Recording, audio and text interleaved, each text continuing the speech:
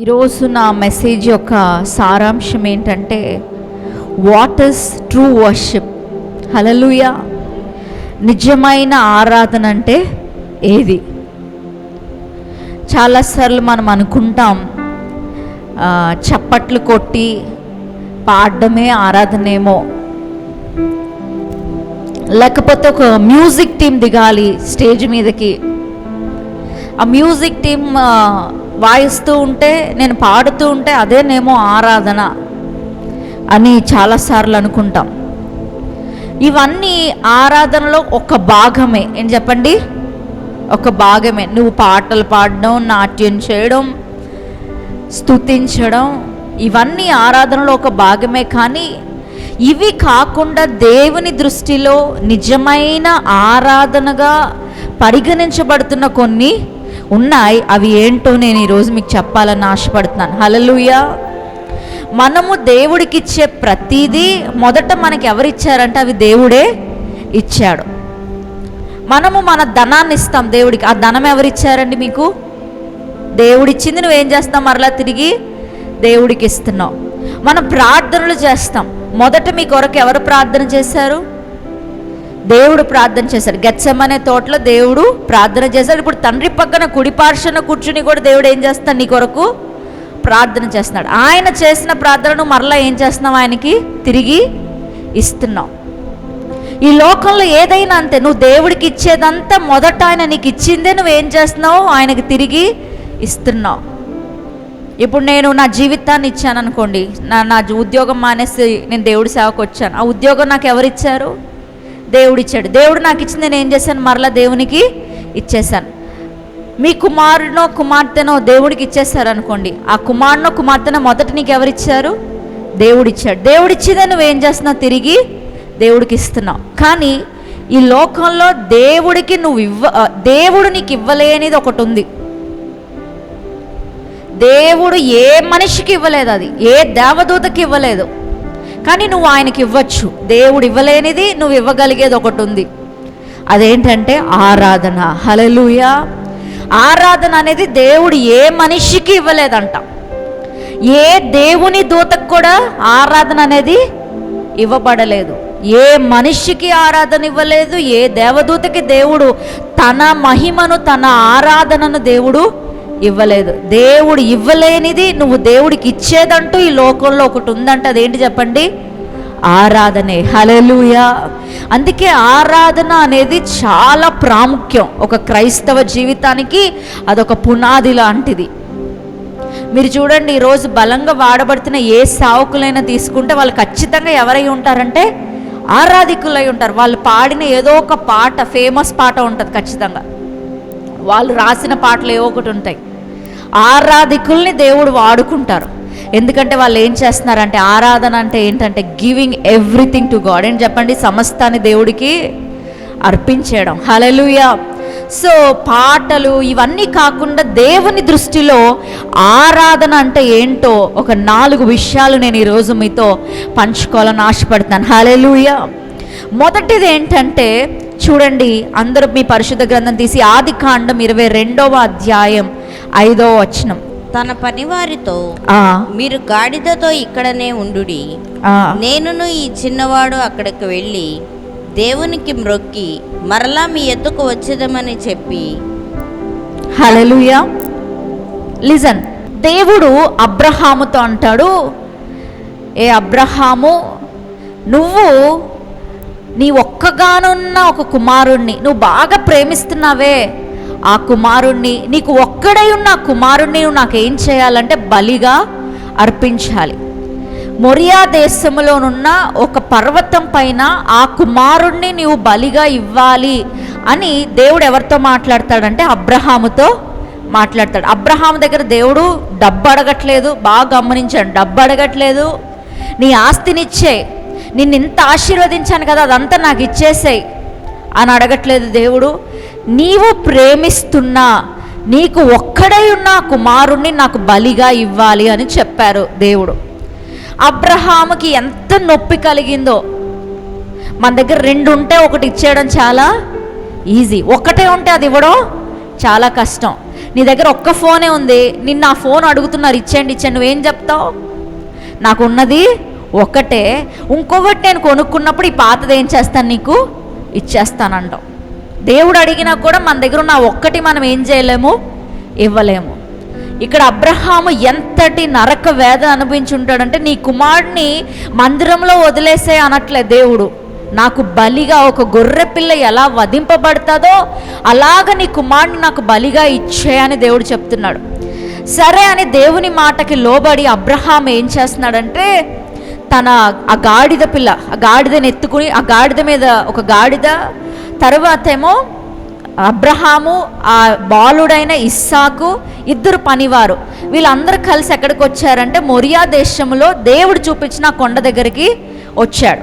ఇప్పుడు అబ్రహాం అంటున్నాడు తన పని వాళ్ళిద్దరిని చూసి అంటున్నాడు, మీరు ఇక్కడే ఉండండి, నేను ఈ చిన్నవాడు వెళ్ళి దేవుణ్ణి ఆరాధించి మరలా నేను తిరిగి వస్తాను అనుందా? మరలా మేము తిరిగి వస్తాము అనుందా? మీ బైబిల్లో చూసి చెప్పండి. మరలా మీ వద్దకు వచ్చేదము, వస్తాననుందా, వచ్చేదము అనుందా? మీరు చెప్పండి. అబ్రహాం అబద్ధం ఆడుతున్నాడు కదా, అబద్ధమే కదా. నేను ఈ చిన్నవాడు కొండపైకి వెళ్ళి నేను తిరిగి వస్తాను అని అనాలి. కానీ ఏమంటున్నాడు, మేమిద్దరము ఎలా వెళ్ళామో కొండ దగ్గరికి వెళ్ళి, మేము మ్రొక్కి అని ఉంది కదా, మ్రొక్కి అనే మాటకి ఇంగ్లీష్లో ఏముందంటే మేము ఆరాధన చేసి, నేను ఈ చిన్నవాడు, నేను ఈ ఇస్సాకు కొండపైకి వెళ్ళి దేవుణ్ణి ఆరాధన చేసి ఎలా వెళ్ళామో మేమిద్దరం అలాగే తిరిగి వస్తాము. అబ్రహాం అబద్ధం చెప్పాడా? అబద్ధం చెప్పలేదు. అబ్రహాముకు ఒక సత్యం తెలుసు.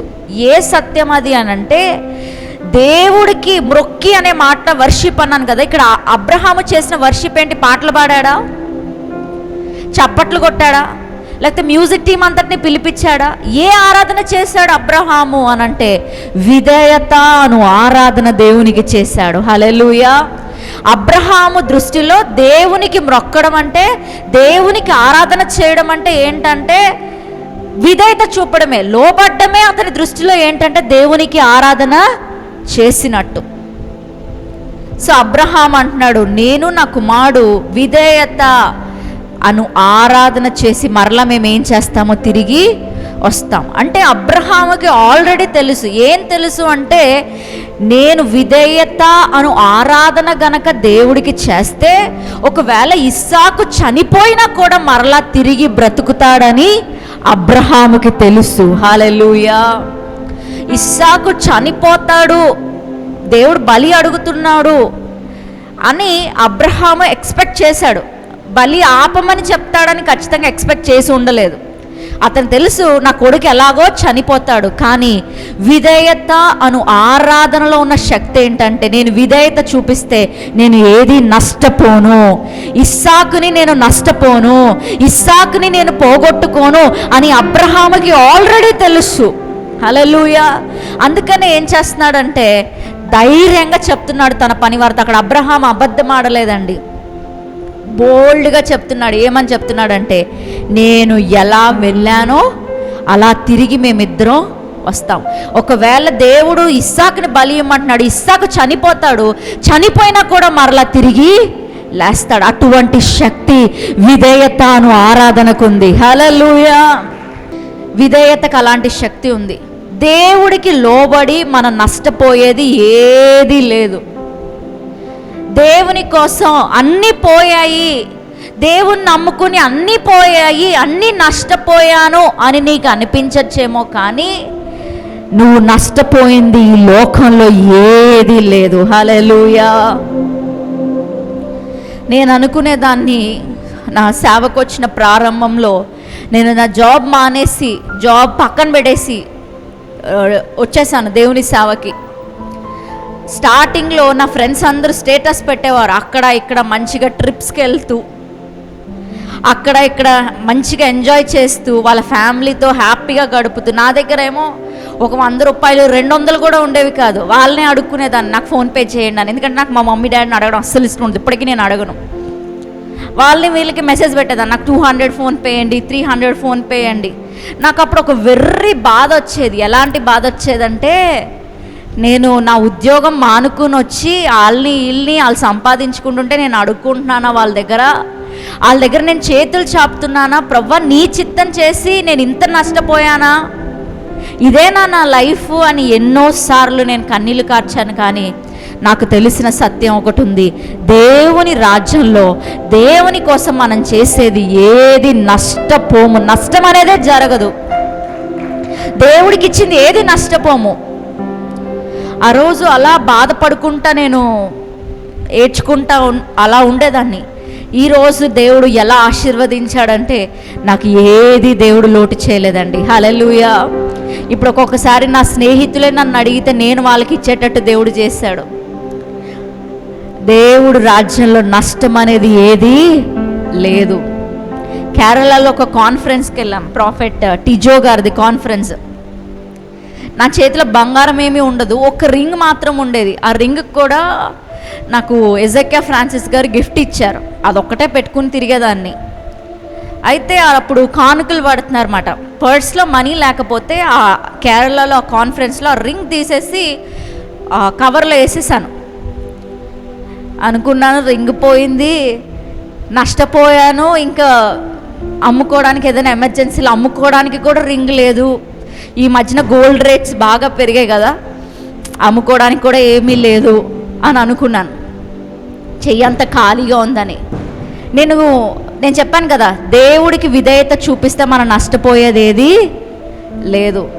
నా బర్త్డేకి విజయవాడలో ఒక సిస్టర్ తాను పెట్టుకున్న గోల్డ్ ఇయర్ రింగ్స్ ఎలా ఉన్నాయో అలా ప్యాక్ చేసి కవర్లో పెట్టి పైన క్యాథరిన్ గారికే ఇవ్వండి, మరి ఎవ్వరికి ఇవ్వద్దని మా డాడీ చేతికి ఇచ్చి పంపించారు. ఆ రోజు అనుకున్నాను, దేవుని రాజ్యంలో నష్టపోవడం అంటూ ఏది లేదు. హల్లెలూయా.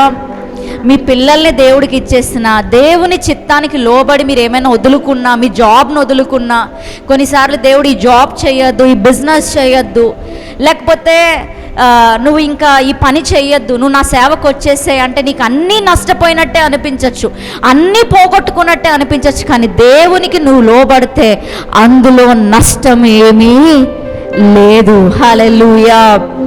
సో విధేయత చూపడం వల్ల అబ్రహాం ఏమైనా పోగొట్టుకున్నాడో మీరు చెప్పండి. అబ్రహాంకి అన్నీ పోయాయి, అనాథగా మిగిలిపోయాడు అబ్రహాం. అతనికి అది అలా ఉందా? ఏకాకిగా మిగిలిపోయాడు. దేవునికి లోబడి కొడుకుని బలి ఇచ్చి అనాథ అయిపోయాడు అబ్రహాం అని ఉందా? లేదు. దేవునికి విధేయత చూపించిన అబ్రహాము ఏది నష్టపోలేదు. హల్లెలూయా. సో ఇక్కడున్న మనం అందరం ఎలాంటి ఆరాధన చెయ్యాలంటే, ఎలాంటి ఆరాధన అండి చెప్పండి నోరు తెరచి? విధేయతను ఆరాధన చేయాలి. విధేయతను ఆరాధన ఏం చేస్తుందంటే మనం ఏది నష్టపోము. మరి ఒకటి కూడా ఉంది, విధేయతను ఆరాధన చేస్తే దేవుడు పలికిన శాసనమే అయినా కూడా అది వెనక్కి తీసుకోబడుతుంది. హల్లెలూయా. అబ్రహాము యొక్క కుమారుణ్ణి బలి ఇమ్మని చెప్పింది ఎవరు? దేవుడే. ఆ కుమారుడి మీద చెయ్యి వేయొద్దని చెప్పింది ఎవరు? దేవుడే. ఎందుకంటే అబ్రహాము విధేయతను ఆరాధన దేవునికి చేశాడు. హల్లెలూయా. నీ మీద ఆల్రెడీ పలకబడిన శాసనమే అయినా కూడా నువ్వు విధేయత చూపిస్తే ఖచ్చితంగా దేవుడు అది వెనక్కి తీసుకుంటాడు. రోగాలతో పడి చావు అని నీ మీద ఏదైనా శాసనం పలకబడింది అనుకోండి, లేకపోతే ఇలానే నీ బ్రతుకు, ఇదే నీ బ్రతుకు అని నీ మీద ఆల్రెడీ ఏదైనా శాసనం పలకబడినా నువ్వు గనక ప్రభువా నీకు విధేయత చూపిస్తానయ్యా, ఏ విషయంలో విధేయత చూపించమంటావు? నా సెల్ ఫోన్ వదిలేయమంటావా? వదిలేస్తాను. లేకపోతే ఆ సినిమా పిచ్చి నాకు ఉంది బాగా, ఆ సినిమాని వదిలేయమంటావా? వదిలేస్తాను. నీకు విధేయత చూపిస్తాను. లేకపోతే పలానా ఫ్రెండ్స్ని వదిలేయమంటావా? వదిలేస్తాను, వాళ్ళని దూరం పెడతాను. ఇలా ఒక్క నిర్ణయం తీసుకోండి. నేను చెప్తున్నాను, ఖచ్చితంగా మీ జీవితంలో ఒక మార్పు, ఒక ఆశీర్వాదం, ఒక బ్రేక్ త్రూ రాకపోతే నన్ను అడగండి. హల్లెలూయా. విధేయతలో అంతటి శక్తి ఉందండి. లోబడినప్పుడు మనకి ఎంతో నొప్పి కలుగుతుంది. దేవుడు కొన్ని వదిలేయండి, కొన్ని విడిచిపెట్టు అన్నప్పుడు బాధ కలుగుతుంది. మనకి ఇష్టమైన టీవీ షో దేవుడు చూడొద్దు అంటున్నాడు అనుకోండి, మనకి నొప్పి వస్తుంది, ఆ టైంకి మన హృదయం బెల్ మోగిపోద్ది, చూడు చూడు చూడు అని. నువ్వు బలవంతంగా నా యేసయ్యని సంతోష పెట్టాలి అని ఆ సెల్ ఫోన్లో వస్తున్న ఆ సినిమా నువ్వు చూడలేదనుకోండి, ఆ సీరియల్ మీరు చూడాలి, అలా ఒక్కరోజు చేసినా అది ఆశీర్వాదమే. నా దేవుడు సెల్ ఫోన్ ఎక్కువ వాడద్దు అంటున్నాడు, రోజుకి ఒక గంట కంటే నేను ఎక్కువ వాడను అని ఒక నిర్ణయం తీసుకుని మీరు ఫోన్ మాడడం మానేశారు అనుకోండి, అది ఆశీర్వాదమే. నీకు ఏదో నువ్వు నష్టపోతున్నట్టు, ఫ్రెండ్స్ అందరితో నేను మిస్ అయిపోతున్నా, మంచి మంచి స్నేహితులందరినీ పోగొట్టుకుంటున్నా అనిపించవచ్చు, కానీ సమ్ ఆర్ అదర్ వే నీకు బ్లెస్సింగే అది. హల్లెలూయా. ఏది దేవుడు వదిలేయమంటే అది వదిలేసేయండి. మీకు ఇప్పుడే దేవుడు చెప్పేస్తాడు, ఇది చెయ్యి, నువ్వు ఇది చెయ్యి, ఇది వదిలేసే, అవి వదిలేసేయండి. దేవుడు ఏది చేయమంటున్నాడు అది చేయండి. ఈరోజు విధేయత చూపిస్తే అబ్రహాము ఎలా దీవించబడ్డాడో నువ్వు అలా దీవించబడతావు. అబ్రహాము ఏది నష్టపోలేదు, తన మీద పలకబడిన శాసనం కూడా తిరగరాశాడు అబ్రహాము, దేవుడే వెనక్కి తీసుకున్నాడు. ఈరోజు మీ పైన పలకబడిన శాపాలే కానీ, రోగాలే కానీ, ఆర్థిక ఇబ్బందులే కానీ ఈరోజు ఒక ఫుల్ స్టాప్ పడాలంటే దేవుడు కోరుకుంటున్న ఆ విధేయత ఏంటో, ఆ ఏరియాలో గనక నువ్వు దేవునికి ఈ రోజు లోబడితే definitely the blessing is yours. Hallelujah. So రెండవ ఆరాధన ఏంటంటే చూడండి, యోబు గ్రంథం 1వ అధ్యాయం 20వ వచనం. అప్పుడు యోబు లేచి తన పై వస్త్రమును చింపుకొని తల వెంట్రుకలు గొరిగించుకుని నేల మీద సాష్టాంగపడి నమస్కారము చేసి ఇట్లా నేను చదవండి, నేను నా తల్లి గర్భములో నుండి దిగంబరినై వచ్చి తిని దిగంబరినై అక్కడికి తిరిగి వెళ్ళేదను. యెహోవా ఇచ్చెను, యెహోవా తీసుకొని పోయెను, యెహోవా నామమునకు స్తుతి కలుగును గాక. హల్లెలూయా. ఇక్కడ యోబు అనే భక్తుడు ఏం చేస్తున్నాడంటే దేవునికి ఆరాధన చేస్తున్నాడు. హల్లెలూయా. సాష్టాంగపడి అని ఉంది కదా, సాష్టాంగపడి నమస్కారం అని ఉంది కదా, ఇంగ్లీష్లో ఉంది జోబ్ వర్షిప్డ్ ద లార్డ్. హల్లెలూయా. దేవుణ్ణి ఆరాధన చేస్తాడంటే ఈ యోబు ఎవరు? ఊజు దేశంలో యోబు అనే వ్యక్తి చాలా ధనవంతుడు. అతనికి చాలా గొప్ప పేరుందంట. హల్లెలూయా. కింద స్థాయి నుండి పై స్థాయికి వెళ్ళడం చాలా ఈజీ, పైనుంచి కిందకి రావడం చాలా కష్టం. ఒకప్పుడు నా లైఫ్ లగ్జీరియస్ లైఫ్, ఇప్పుడు దేవుడు ఎక్కడో తీసుకొచ్చి ఒక మూల పాడేస్తాడంటే అది ఎంత నొప్పిగా ఉంటుందో ఆ పడినోళ్ళకి ఆ బాధ తెలుసు. ఒకప్పుడు నేను 10 మందికి ఇలా డబ్బులు ఇసిరేసేవాడిని, ఎవరికి ఏం కావాలంటే అది ఇచ్చేసేవాడిని. ఇప్పుడు ఒకరి దగ్గర చేయి చాపెట్టట్టు నేను ఉన్నాను అని అంటే అది ఎంతటి నొప్పి, ఎంతటి బాధని తీసుకుని వస్తుందో ఆ వేదన పడేవారికే తెలుసు. యోబు పరిస్థితి కూడా అలాంటిదే. అతడి వంటి ధనవంతుడు ఎవరు లేరు. వేల సంఖ్యలో పశువులు, బహుమంది పనివారు, తూర్పు దిక్కునున్న వారు అందరిలో యోబు వంటి గొప్పవాడు ఎవరు లేరంట. అంటే ఈస్ట్ సైడ్ ఎంతమంది ఉంటే అంతమందిలో ఇతను ఎలా ఉన్నాడంటే గొప్పవాడుగా ఉన్నాడంట. హల్లెలూయా. అంత మాత్రమే కాదు, దేవుని దృష్టిలో యథార్థవంతుడిగా ఉన్నాడు. యోబు డబ్బు ఉందండి కానీ దేవుని దృష్టిలో సరిగ్గా లేడండి అని అంటే అతనికి నష్టం వచ్చిందంటే ఒక ఎత్తు, దేవుని దృష్టిలో కరెక్ట్గా ఉండి భక్తి చేస్తూ ప్రార్థన చేస్తూ దేవుని దృష్టిలో నమ్మకంగా ఉండి ఉన్నదంతా పోగొట్టుకుంటే ఊరోళ్ళందరూ ఏమంటారండి? ఆడు చెడ్డోడు కాబట్టి ఆడికి ఇన్ని కష్టాలు వచ్చాయి అంటే ఒక ఎత్తు, ఆడు మంచోడై ఉండి దేవుణ్ణి పట్టుకుని దేవుని పాదాలు పట్టుకుని దేవుని వెంబడిస్తా కష్టాలు పడుతున్నాడంటే చూసే వాళ్ళందరూ ఏమంటారు? నీకేం చేశాడు దేవుడు? నువ్వు ఏం తప్పు చేసావో ఇలా వచ్చి నీ పైన శాపం పడింది. ఆ వ్యక్తికే తెలుసు తాను ఎంత నీతిగా ఎంత కరెక్ట్గా ఉన్నాడో, అతడు ఎలా కృంగిపోయి ఉంటాడో తెలీదు. యోబు పరిస్థితి అంతే. జీవితంలో లగ్జరీ అంటే ఏంటో అంతా చూసేస్తాడు. ధనము, కోట్ల ధనము, ఏది కావాలంటే అది, పనివారు సహాయం ఇల్లంతా పనివారే, ఒంటెలు, పశువులు, ఏది తక్కువ లేదు యోబుకి. కానీ సడన్ షాక్ ఏంటి చెప్పండి అందరూ? సడన్ షాక్ తగిలింది. సైన్స్ చెప్తుంది ప్రోగ్రెసివ్ పెయిన్ తట్టుకోగలమంట మనం. ప్రోగ్రెసివ్ పెయిన్ అంటే ఏంటి? ఫస్ట్ 10 రూపాయలు నష్టపోయాను, కొన్ని రోజులు అయ్యాక 100 రూపాయలు నష్టపోయాను, కొన్ని రోజులు అయ్యాక 1000 రూపాయలు నష్టపోయాను. ఈ నొప్పిని తట్టుకోగలరు మనుషులు. ఒకేసారి నా ఇంటిలో దొంగతనం జరిగి మొత్తం పోయిందనుకోండి, ఒకేసారి ఆ ధనమంతా, సంపాదించిన ధనమంతా ఎక్కడికి పోయిందో కూడా తెలియదు అనుకోండి, ఎలా ఉంటుంది చెప్పండి? అది సడన్ షాక్. మా ఇంట్లో ఒక రోగి ఉన్నాడు అనుకోండి, అతడు చనిపోతాడు 2 సంవత్సరాలని డాక్టర్స్ చెప్పారు అనుకోండి, అతడు చనిపోయినా కూడా నాకు అంత బాధ అనిపించదు.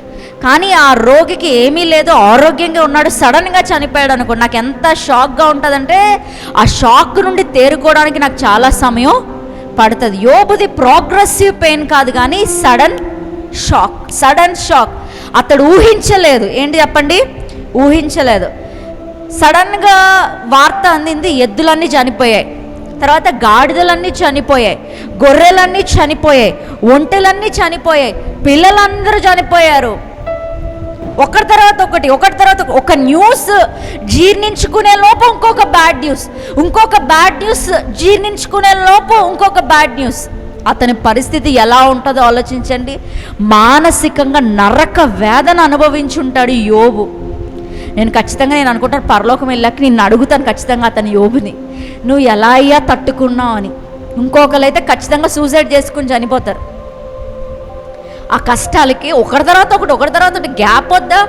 కష్టాలకైనా ఏముండాలి? కొంచెం గ్యాప్ ఉండాలి. ఒకటి అయ్యాక ఆ తేరుకున్నాక ఇంకో కష్టం వచ్చింది అనుకోండి, పర్లేదు. ఒకటి తర్వాత ఒకటి నరక యాతన ఇతడు అనుభవించి ఆ దుఃఖంలో పిల్లలు పోయారు, ఒంటి నిండా కురుపులే. ఒకవైపు అందరూ అడుగుతున్నారు, ఏం తప్పు చేశావు? ఇతడు మంచిగా యథార్థంగా ఉన్నాడని ఇతనికి తెలుసు, కానీ ఊర్లో అందరూ ఏమనుకుంటారు, నీకు ఇన్ని కష్టాలు వచ్చాయంటే నువ్వు దేవుడితో సరిగ్గా లేవు.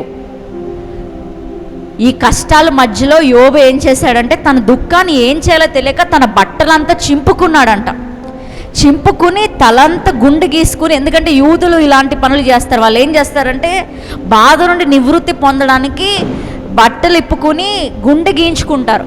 ఎందుకంటే బాధని వ్యక్తపరచడానికి, నేను బాధగా ఉన్నాను, నేను అన్నీ పోగొట్టుకున్నాను, నేను జీరోనే, నేను పుట్టినప్పుడు నేను ఎలా ఉన్నానో అలాగ మొత్తం పోగొట్టుకుని ఉన్నాను అని చెప్పుకోవడానికి బట్టలు చించుకుని, నేను పుట్టినప్పుడు శూన్యంగా పుట్టాను, ఇప్పుడు కూడా నేను జీరో అయిపోయాను అని చూపించుకోవడానికి వాళ్ళు బట్టలు చింపుకుని గుండె గీయించుకుంటారు.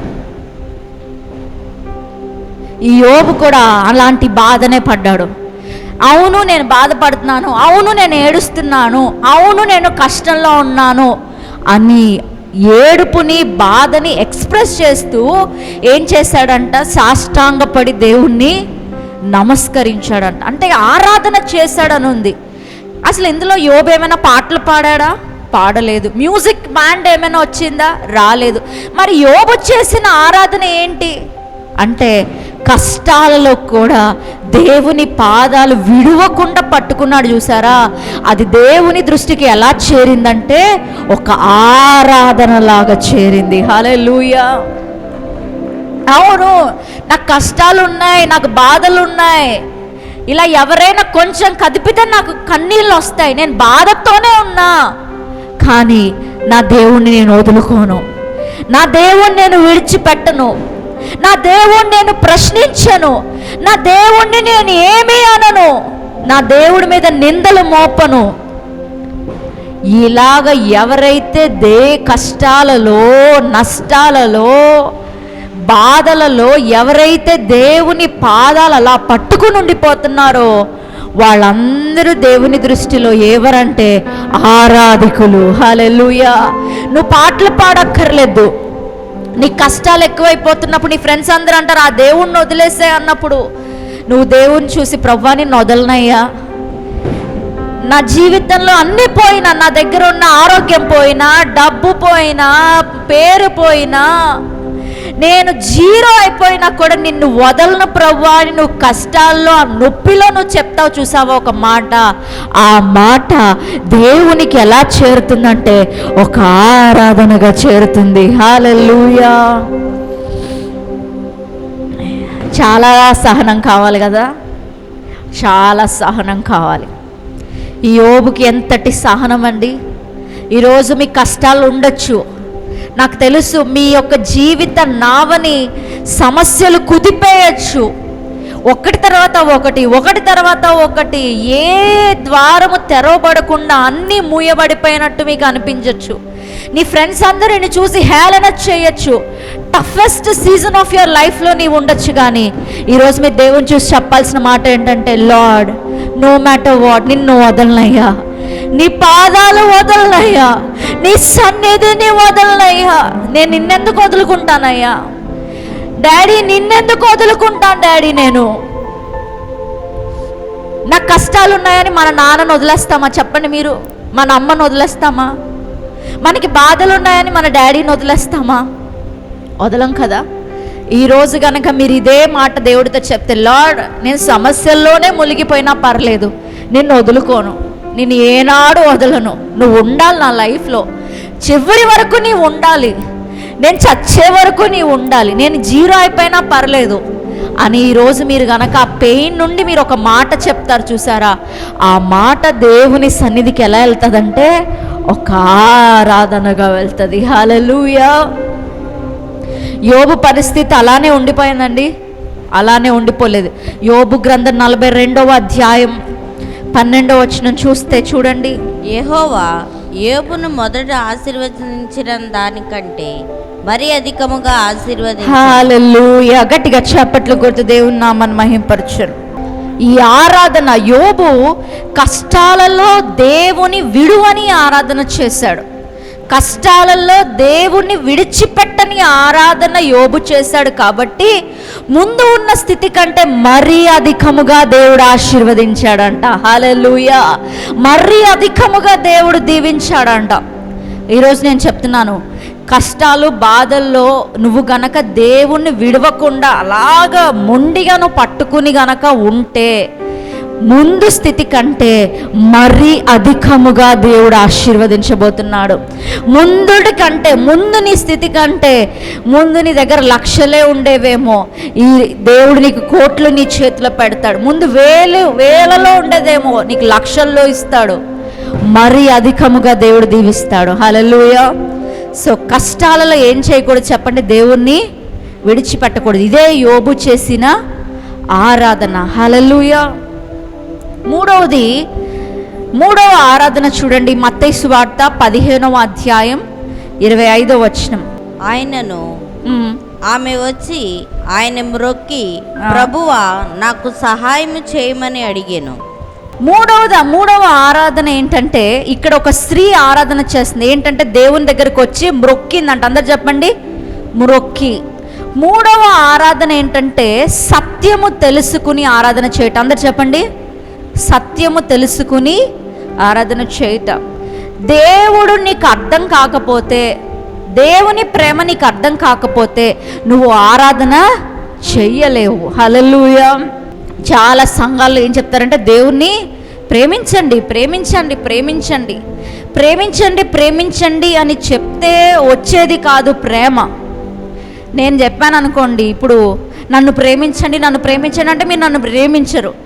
నన్ను అబ్జర్వ్ చేస్తూ, నన్ను గమనిస్తూ, నన్ను చూస్తూ, నాలో మీకు కొన్ని లక్షణాలు నచ్చుతూ ఉంటే మీకు ఆటోమేటిక్గా ఏమవుతుందంటే నా మీద ఏం కలుగుతుందో చెప్పండి? ప్రేమ కలుగుతుంది. నేను చెప్తే వచ్చేది కాదు. చాలా సంఘాలలో ఇలానే రుద్దుతారు విశ్వాసుల మీద, దేవుణ్ణి ప్రేమించండి, ప్రేమించండి, ప్రేమించండి అని చెప్తే రాదు ప్రేమ. ఆ ప్రేమని చూస్తేనే అర్థమవుతుంది ప్రేమ. హల్లెలూయా. ఇక్కడ ఒక స్త్రీ కనిపిస్తుంది. ఆ స్త్రీ కనాను స్త్రీ. అందరూ చెప్పండి, కనాను స్త్రీ. కనాను స్త్రీ అంటే ఆమె ఒక అన్యురాలు. ఈ స్త్రీ ఏం చేస్తుందంటే, ఆమె కుమార్తెకి దెయ్యం పట్టిందంట. ఏం పట్టింది చెప్పండి? దెయ్యం పట్టింది. ఆ రోజుల్లో యూదులు అంటే దేవుని పిల్లలు, యూదులు కాని వారందరూ ఎవరంటే అన్యులు. వాళ్ళు దేవుని పిల్లల్లోకి పరిగణింపబడరు. మనం అందరూ ఎవరు? అన్యులమే. మనం దేవుని పిల్లలు కాలేము. యూదులు ఒక్కలే ఎవరు అంటే దేవుని పిల్లలు. అన్యులైన మనం ఎవరము దేవుని పిల్లలము కాము. అయితే ఈ కనాను స్త్రీ యొక్క కుమార్తె దెయ్యం పట్టిందంట ఈమెకి. ఇంట్లో ఎవరికైనా ఒక్కరికి బాగోకపోతే మనకు ఎలా ఉంటుందండి? చాలా చాలా ఫ్రస్ట్రేటింగ్గా ఉంటుంది. ఇంట్లో ఒక్కరికి బాగోకపోయినా మనకి చాలా బాధ కలిగిస్తుంది. ఈమె కుమార్తెకి దెయ్యం పట్టి ఆమె విలవిల్లాడుతూ ఉంటే ఏ తల్లి ఏం చేయగలదు చెప్పండి? ఏమీ చేయలేదు. దెయ్యాలకి ఏమైనా మందు ఉందా? మందు లేదు. ఏం చేయగలదు? యేసు ప్రభు ఆ తూరు సీదోను వస్తున్నాడని స్త్రీ తెలుసుకొని ఆమె కుమార్తె విషయమై యేసు ప్రభు వెనకాల వెళ్ళి, దావీదు కుమారుడా నన్ను కరుణించు అని కేకలు పెడుతుంది. అంటే ఏమని కేకలు పెడుతుంది? దావీదు కుమారుడా నన్ను కరుణించు అని కేకలు పెడుతుంది. అలా కేకలు పెడుతుంటుంటే యేసు ప్రభు ఏమీ మాట్లాడలేదు, సైలెంట్గా వెళ్ళిపోయారు. యేసు ప్రభు సైలెన్స్ని మనం ఏం చేయలేమంటే భరించలేం. ఎస్ అయినా చెప్పు ప్రభువా, నో అయినా చెప్పు, కానీ నువ్వు అలా సైలెంట్గా మాత్రం ఉండద్దు. నేను ఎప్పుడు అదే ప్రే చేస్తాను, ప్రభువా ఏదో ఒకటి చెప్పేసేయండి. కానీ నువ్వు అలా మౌనంగా ఉంటే నీ మౌనాన్ని నేను భరించలేనయ్యా. ఆ మౌనాన్ని నేను ఏం అర్థం చేసుకోవాలి? ఈ స్త్రీ బాధ కూడా అంతే. యేసయ్య వెనకాల వెళ్తున్న, నా కుమార్తెని బాగు చెయ్యి, నా కుమార్తెని విడిపించు అని కేకలు పెడుతున్నా యేసయ్య ఏమీ పట్టించుకోవట్లేదు. ఈమె అరుపులు ఇంకా ఎక్కువైపోయాయి. అలా అరుపులు ఎక్కువైపోతుంటే ఆ శిష్యులు అంటారు, యేసయ్య ఆవిడేదో అరుస్తుంది కదా, ఏదో చూసి పంపించు, ఏదో చేసి పంపించు అనంటే ఈ స్త్రీ చెప్తుంది, నా కుమార్తె ఇలా దెయ్యం పట్టి మాట్లాడుతుంది, దెయ్యం పట్టింది నా కూతురికి అని చెప్పినప్పుడు యేసు ప్రభు అంటాడు, ఇశ్రాయేలీలో నశించిపోయే వారి వద్దకే వచ్చాను కానీ మరి ఎవరి వద్దకు నేను రాలేదంటే యేసు ప్రభు అంటాడు, నీ కోసం నేను రాలేదమ్మా, యూదుల కొరకే నేను ఈ లోకానికి వచ్చాను అని చెప్తున్నాడు యేసయ్య. ఈమెకి గుండెలో ఒక రాయేసినట్టు అయింది. అప్పుడు ఈ స్త్రీ ఏం చేస్తుందంటే యేసయ్య దగ్గరికి వచ్చి మరలా వచ్చి మొక్కి నాకు సహాయము చెయ్యవా అని అడుగుతుంది. అప్పుడు యేసుప్రభు అంటారు, పిల్లల రొట్టె ఎవరికి ఇవ్వకూడదు? కుక్క పిల్లలకి ఇవ్వకూడదు. మీ ఇంటిలో డైనింగ్ టేబుల్ మీద ఉన్న భోజనం మీరు కుక్క పిల్లలకి పెట్టేస్తారా? చెప్పండి. మీరు పిల్లలందరూ తిన్నాకే కదా కుక్క పిల్లలకి పెడతారు. సో యేసుప్రభు అంటున్నాడు, పిల్లల రొట్టె ఎవరికి ఇవ్వకూడదు? కుక్క పిల్లలకి ఇవ్వకూడదు అని అంటే ఈ స్త్రీ అక్కడ ఒక అద్భుతమైన సత్యాన్ని పలుకుతుంది. ఏమంటదంట? కుక్క పిల్లలు కూడా తమ యజమానుల బల్ల మీద నుండి పడు ముక్కలను తినును కదా. హల్లెలూయా. అసలు ఈ స్త్రీకి అర్థమైన సత్యం ఏంటి? యేసుప్రభు అంటున్నాడు, బల్ల పైన ఉన్న రొట్టెని ఎవరు తినకూడదు? కుక్క పిల్లలు తినకూడదు. కానీ ఈ స్త్రీ ఏమంటుంది? యజమానుడి బల్లపై నుండి కింద పడే రొట్టెలను ఎవరు కూడా తినచ్చు? కుక్క పిల్లలు కూడా తినచ్చు. మీరు చెప్పండి, బల్లపై నుండి రొట్టె పడడం సాధ్యమా? మీరు చెప్పండి. సాధ్యము కాదు. టేబుల్ పైన అంతా ఆహారం ఉందండి, ఆ ఆహారం కిందకు వెళ్తుందా? నేను బలవంతంగా చెయ్యి తీసి కింద పాడేస్తే తప్ప కిందకి ఆహారము కిందకి వెళ్ళదు. అంటే ఈ స్త్రీకి ఏమర్థమైందంటే యూదులు యేసుప్రభుని ఏం చేయలేదంటే అంగీకరించలేదు. హల్లెలూయా. యేసుక్రీస్తు అంటాడు, నేనే జీవాహారము. ఆ రొట్టె ఎవరు చెప్పండి? యేసయ్య. ఆ రొట్టె ఎవరు తినాలి? యూదులు మాత్రమే తినాలి, కుక్క పిల్లలు తినకూడదు. మరి యూదులు తినకపోతే, పిల్లలు తినకపోతే అది ఎవరికి వెళ్తా చెప్పండి? కుక్క పిల్లలకు వెళ్తుంది. యూదులు యేసుప్రభుని స్వీకరించలేదు కాబట్టి యూదులకి రావాల్సిన రక్షణ మనము కూడా పొందుకోగలిగాం. హల్లెలూయా. యూదులు అనే పిల్లలు గనక యేసు అనే రొట్టె ముక్కని తినేసి ఉంటే కుక్క పిల్లలకి మిగిలేదా? అన్యులకు మిగిలేదా? మిగిలేది కాదు.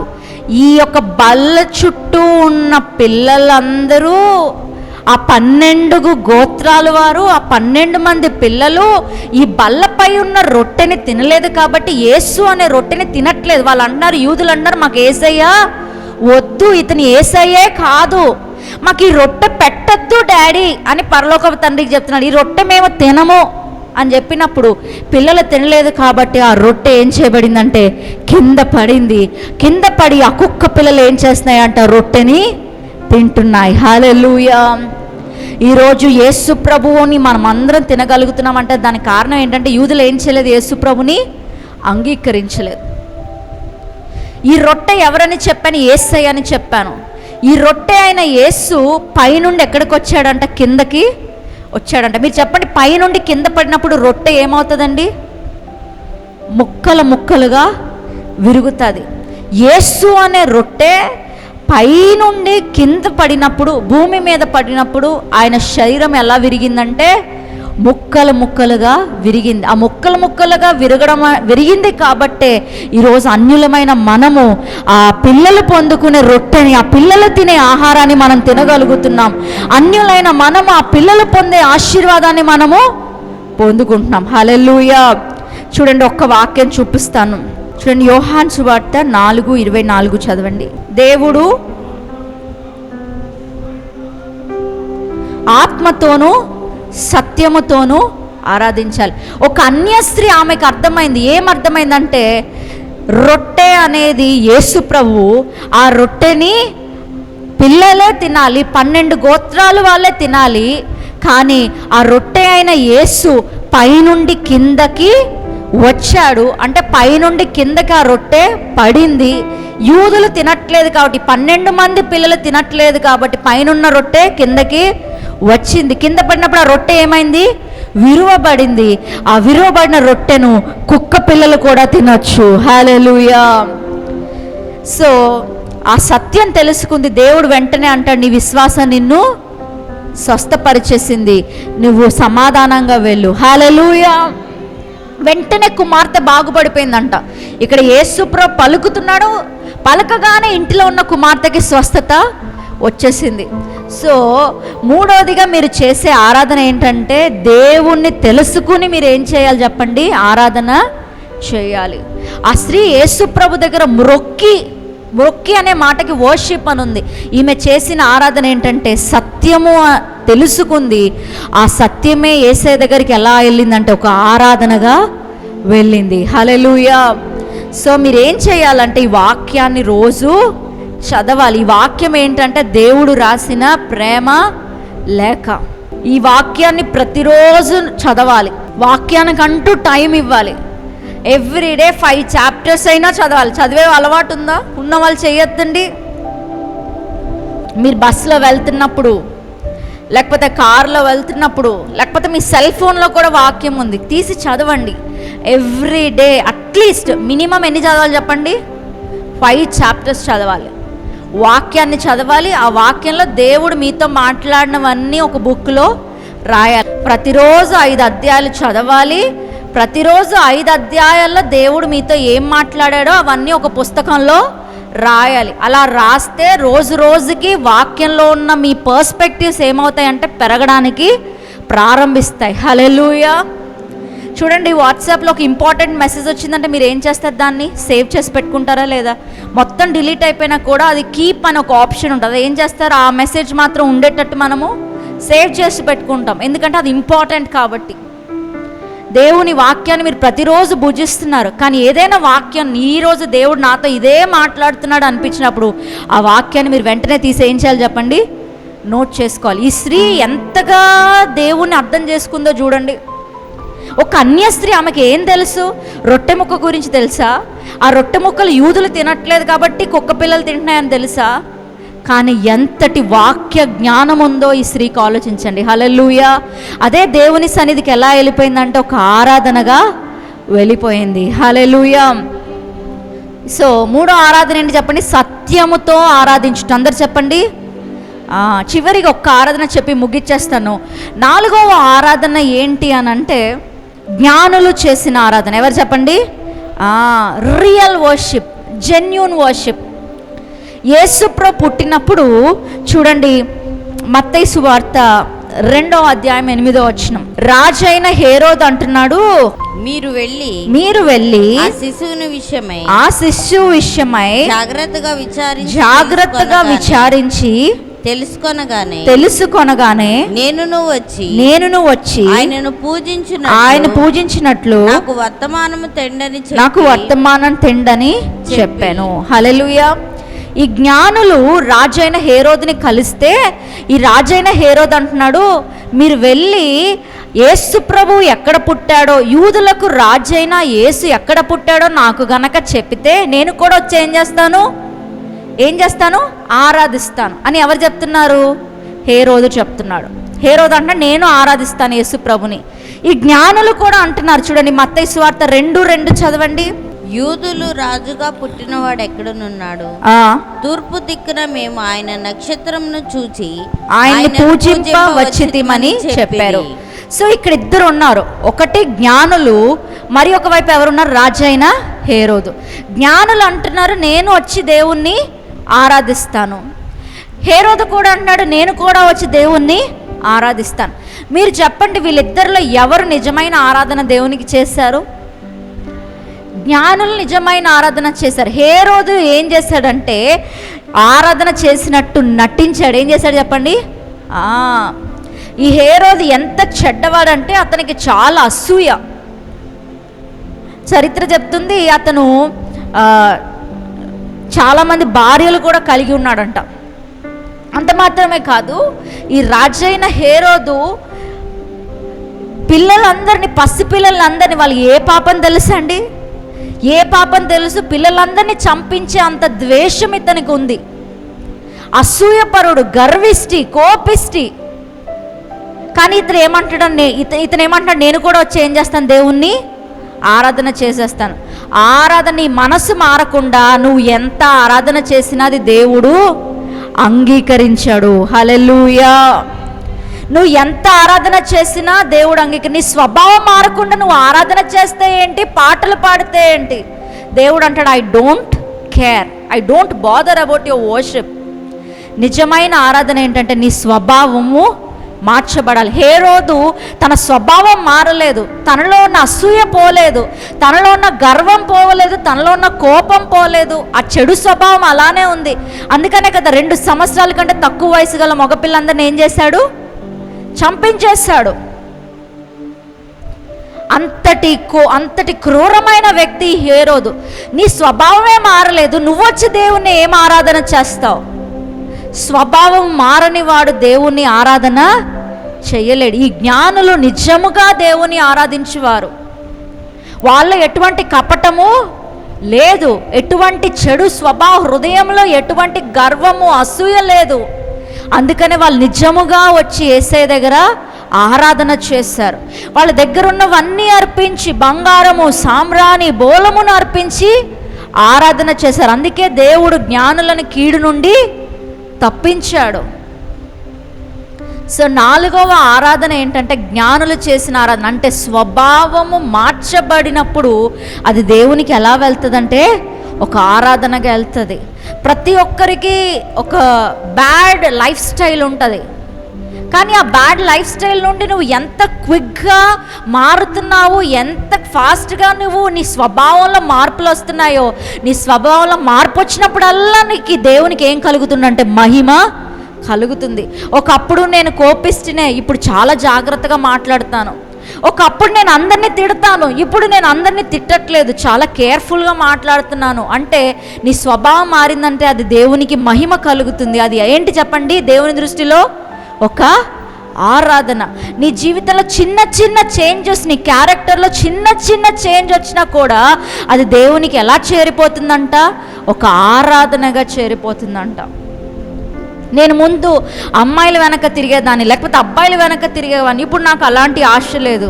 నా కళ్ళని నేను పవిత్రంగా కాపాడుకుంటున్నాను అని కనుక నువ్వు చెప్పగలిగితే అది ఒక ఆరాధన.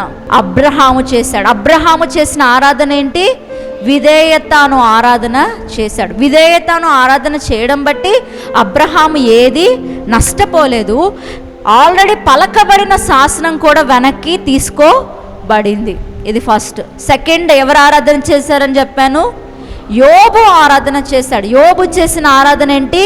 కష్టాలలో కూడా దేవుని పాదాలు విడువని ఒక ఆరాధనని యోబు చేశాడు. 3వ ఆరాధన ఎవరు చెప్పండి? కనానురాలైన స్త్రీ. ఆ స్త్రీ చేసిన ఆరాధన ఏంటి? సత్యము తెలుసుకుని దేవుణ్ణి ఆరాధన చేసింది. అందుకే ఏం జరిగింది చెప్పండి? స్వస్థతని పొందుకుంది. తన కుమార్తె విషయంలో ఒక అద్భుతాన్ని పొందుకుంది. సత్యము తెలుసుకోవడం ఒక ఆరాధన. బైబిల్ బాగా చదివితే అదేంటి చెప్పండి? ఆరాధన. వాక్యాన్ని తెలుసుకోవడానికి నువ్వు మందిరానికి వస్తే అదేంటి చెప్పండి? ఒక ఆరాధన. ఈ రోజు అందరూ మీరు వచ్చారు, ఇదేంటి చెప్పండి? ఒక ఆరాధన. ఎందుకంటే నువ్వు దేవుని కోసం తెలుసుకోవడానికి వచ్చావు. 4వ ఆరాధన ఎవరు చేశారు? జ్ఞానులు చేశారు. హేరోదు ఆరాధన అంటున్నాడు, జ్ఞానులు ఆరాధన అంటారు. కానీ ఎవరు నిజమైన ఆరాధన చేశారు?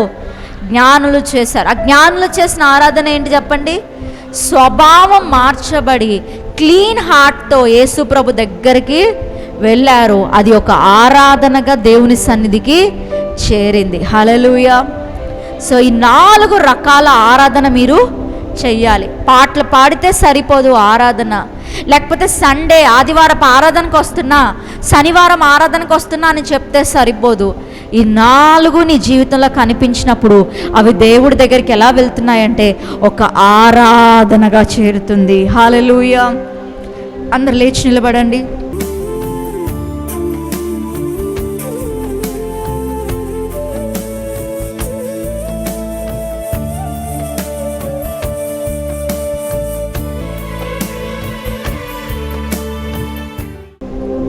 Hallelujah. 4 kinds of worship ఈరోజు మీరు చేయాలి. నోరు తెరచి హల్లెలూయా. ఈరోజు నువ్వు నష్టపోతున్నావేమో, అన్నిటిని పోగొట్టుకున్నావేమో. యోబు వలె ఇక్కడున్న వాళ్ళు ఎవరైనా ఆ యోబుని నేనే ఆ అన్నిటిని పోగొట్టుకుని ఒక్క షాక్ తర్వాత ఒక షాక్, మెంటల్ టార్చర్, మానసిక వేదన, కుటుంబంలో కూడా చెప్పలేని ఒత్తిడి, ఎవరితో షేర్ చేసుకోలేని పెయిన్, ఆ పెయిన్ గుండా వెళ్తుంది నేనే. దేవుడు ఎందుకు ఈ కష్టాలు మార్గంలో నడిపిస్తున్నాడో నాకు తెలియట్లేదు. కానీ నేను దేవుణ్ణి ప్రశ్నించను. ఎందుకు ఈ శ్రమ ఇచ్చావు ప్రభా? ఎందుకు నా దగ్గరది తీసేసుకున్నావు? ఎందుకు నా ఆశీర్వాదాలన్నీ ఉన్నట్టుండి నువ్వు తీసేసుకున్నావు? నువ్వే కదా ఇచ్చావు. నేను అడిగానా నిన్ను ఇవ్వమని? యోబు ఇన్ని ప్రశ్నలు అడిగి ఉండొచ్చండి దేవుణ్ణి. నేను అడిగానా ప్రవ్వా నిన్ను ఇవ్వమని? పిల్లల్ని ఇవ్వమని అడిగానా? ఆస్తులు ఇవ్వమని అడిగానా? నేను అడిగానా? మీకు మీరే కదా నాకు ఇచ్చారు, మరలా మీరే తీసేసుకోవడం ఏంటి అని అడగలేదండి యోబు. యెహోవాయే ఇచ్చాడు, యెహోవాయే తీసుకున్నాడు. నేను మాత్రం నా దేవుని పాదాలు విడువను. నేను జీరో అయిపోయినా పర్లేదు, నేను నా లైఫ్లో అన్నీ పోగొట్టుకుని శూన్యమే అయిపోయినా పర్లేదు, నా దేవుని పాదాలు మాత్రం వదలను. అందరూ 4 రకాలు మాట్లాడతారు. ఎందుకు ఆ దేవుడిని వెంబడిస్తున్నావు? నీకు ఏం చేస్తాడు నీ దేవుడు? నువ్వు ఇంత కష్టపడుతున్నావు, నీ దేవుడు కనిపించట్లేదా? మీరు చెప్పాల్సిన జవాబు ఏంటంటే, నేను నా డాడీని వదులుకోను. ఆయన నా తండ్రి. నేను ఆయన్ని ఆశీర్వాదాల కొరకు వెంబడించట్లేదే, ఆయన ఏదో నాకు మేలులు చేసేస్తాడు ఆయన వెంబడించట్లేదే. ఆయన నా తండ్రి, నా కోసం ప్రాణం పెట్టాడు. నా తండ్రిని నేను చిరకాలం పట్టుకునే ఉంటాను. ఈజ్ మై డాడీ, నా ప్రియమైన నాన్న. నా నాన్నని ఎలా వదులుకోమంటారు? ఈరోజు నోరు తెరచి ప్రార్థన చేయండి. ప్రభువా నేను వదలనయ్యా. 4 నిర్ణయాలు తీసుకోవాలి. 1, నేను లోబడతానయ్యా, నీకు విధేయత చూపిస్తానయ్యా. నువ్వు ఏది వదిలేయమంటే అది వదిలేస్తాను. నా సినిమా వదిలేస్తాను, నాకు పెద్ద మ్యాటరే కాదు ప్రభు అని చెప్పండి. Lord, if you want me to leave that cinema, I leave it. ఆ సీరియల్ వదిలేయమంటే వదిలేస్తాను. పలానా ఫ్రెండ్స్ గ్రూప్ నిన్ను తిట్టుతున్నా, నిన్ను అవమానిస్తున్న ఫ్రెండ్స్ గ్రూప్ని వదిలేయమంటే నేను దూరం పెట్టేస్తా. నాకు వద్దు ఆ ఫ్రెండ్స్, నిన్ను తిట్టే ఫ్రెండ్స్ నాకు వద్దు. నీ నుండి నన్ను దూరం చేసే ఆ స్నేహితులు నాకు వద్దు. వాళ్ళు నన్ను ఎంతో ప్రేమించినవి, కానీ నిన్ను అవమానపరిచి, నిన్ను తిట్టి, నిన్ను దూషించే ఆ స్నేహితుల గుంపు నాకు అవసరమా ప్రభువా? నాకు వద్దు తండ్రి అని చెప్పండి. దేవుని దగ్గర చెప్పండి. ఎవరికి చెప్పుకోక్కర్లేదు. మీరు దేవుడికి చెప్పుకుంటే చాలు, నాకు కూడా చెప్పక్కర్లేదు. నేను వదిలేస్తాను ప్రభా, ఫ్రెండ్స్ గ్రూప్ని వదిలేస్తాను, లేకపోతే పలానా ఫ్రెండ్ని వదిలేస్తాను. నీకు దేవుడు ఏం రిమైండ్ చేస్తున్నాడో దేవుడు నిన్నే అడుగుతాడు. నీ మనసుకే తెలుసు. క్యాథరిన్, ఇది వదిలేస్తావా నా కోసం అని అడుగుతాడు దేవుడు నన్ను. నేను వదిలేస్తానని చెప్పాలి. మీ హృదయానికే తెలుసు. దేవుడు నీ పేరు చెప్పి అడుగుతాడు, ఇది వదిలేస్తావా నువ్వు? ఇది విడిచిపెడతావా నా కోసం? చెప్పండి దేవునితో, lord, I leave it for you. నాకు నువ్వు ఇంపార్టెంట్ డాడీ, నువ్వు నాకు ఇంపార్టెంట్, నాకు ఎవరు ఇంపార్టెంట్ కాదు. నువ్వు ఇదేం వదిలేయమంటే అది విడిచిపెట్టడానికి I'm ready. I'm ready Lord, I'm ready. ఇది first decision. Second decision, Lord ఎన్ని కష్టాలు వచ్చినా నిన్ను పట్టుకుంటాను, నిన్ను వదలను, నిన్ను వదులుకునే ప్రసక్తే లేదు. నేను జీరోనే అయిపోని, నేను ఏడుస్తున్నాను లోకమంతా చెప్పుకొని, నేను కష్టాల్లో ఉన్నానని లోకమంతా హేళన చేయనివ్వు ప్రభా, కానీ నిన్ను వదులుకోనయ్యా. అందరూ నా పరిస్థితి చూసి నవ్వుకొని ప్రభా, నిన్ను వదులుకోను ప్రభా, నిన్ను ఎవరి కోసం నేను వదులుకోనయ్యా. మూడవది, నేను వాక్యం చదువుతానయ్యా. నీ గురించి నేను తెలుసుకోవాలనుకుంటున్నాను, నీ ప్రేమ ఏంటో నేను తెలుసుకోవాలనుకుంటున్నాను. ఈ రోజు నుండి కొంచెం టైం అయినా నీతో గడపడానికి, నువ్వు ఎవరో తెలుసుకోవడానికి నేను టైం కేటాయిస్తాను. ఈ రోజు నుండి వాక్యం చదవడం స్టార్ట్ చేయండి. రోజు మీ బైబిల్ తీసి చదవండి, వాక్యాన్ని చదవండి. Start reading your Bible. దేవుడు ఎవరో నీకు అర్థం అవ్వాలి, అప్పుడే నువ్వు ఆయన్ని ప్రేమించగలవు. నాలుగవదిగా, నా క్యారెక్టర్ నేను మార్చుకుంటానయ్యా. నా జీవితాన్ని అంతటిని నా చేతులారా పాడు చేసుకున్నాను. పాపానికి లోకమంటూ నా లైఫ్ అంతా స్పాయిల్ అయిపోయింది అని నువ్వు చెప్తున్నా కూడా ఇట్స్ నాట్ టూ లేట్. నువ్వు అనుకోవచ్చు, అక్క నా ఆపర్చునిటీస్ అన్నీ అయిపోయాయి, నా లైఫ్లో ఇంకా క్లోజ్ అయిపోయింది, ఏదో బ్రతకాలి కదా అని బ్రతుకుతున్నా అని నువ్వు అంటావేమో. హోలీ స్పిరిట్ అన్నాడు, it's not too late my daughter. ఇప్పుడైనా నువ్వు నా దగ్గరకు వస్తే, ఇప్పుడైనా నా తట్టు నువ్వు తిరిగితే నేను నీ పైన కనికర పడతాను, నీ పైన జాలి పడతాను. యేసయ్యా తండ్రి, నేను ఎవరి కోసం నేను వదులుకోనయ్యా, దేనికోసం నిన్ను వదులుకోను ప్రభా. నువ్వు నాకు ఇది ఇవ్వలేదు, అది ఇవ్వలేదని నిన్ను వదులుకోను తండ్రి. నేను నా లైఫ్లో, నా జీవితంలో ఏది లేకపోయినా, నా దగ్గర ఉన్నవన్నీ తీసివేయబడినా, నా దగ్గర ఉన్నవన్నీ నేను పోగొట్టుకున్నా, నిన్ను వదలనయ్యా, నిన్ను వదలనయ్యా. నీ పాదాలు పట్టుకుంటానయ్యా, నీ సన్నిధిని ఏనాడు వదులుకోనయ్యా, ఏనాడు నేను విడిచిపెట్టనయ్యా. నాకు నువ్వు ప్రాముఖ్యమయ్యా. చెప్పండి యేసయ్యతో, నువ్వు నాకు ప్రాముఖ్యమయ్యా. నాకు ఏ మనుష్యుడు ప్రాముఖ్యం కాదు, ఏది నాకు ప్రాముఖ్యం కాదు. Lord, you are so important to me. నాకు నువ్వు చాలా ప్రాముఖ్యం, నాకు అవసరమైన దేవుడవు నీవే. యేసయ్యా తండ్రి, ప్రభా ఈరోజు వాక్యం ఎవరైతే విన్నారో ప్రభా, ఆ వాక్యం వారి హృదయాల్లో నాటబడి ఫలించాలి ప్రభా.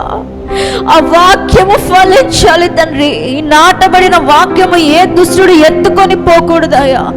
నేను ఈరోజు పలికిన నీ మాటలు వారి హృదయాల్లో ధ్వనించాలి ప్రభా. నీకు ఇష్టం లేనివన్నీ నీకు ఇష్టం లేనివన్నీ విడిచిపెట్టాలి. నీకు లోబడే మనస్సు దయచే ప్రభా, నీ మాటకి లోబడే మనస్సు దయచే తండ్రి. కష్టాలలో విడవకుండా నిన్ను పట్టుకునే అనుభవం మాకు దయచే ప్రభా. అయ్యా, నీ వాక్యాన్ని ప్రేమించే అనుభవం దయచే తండ్రి.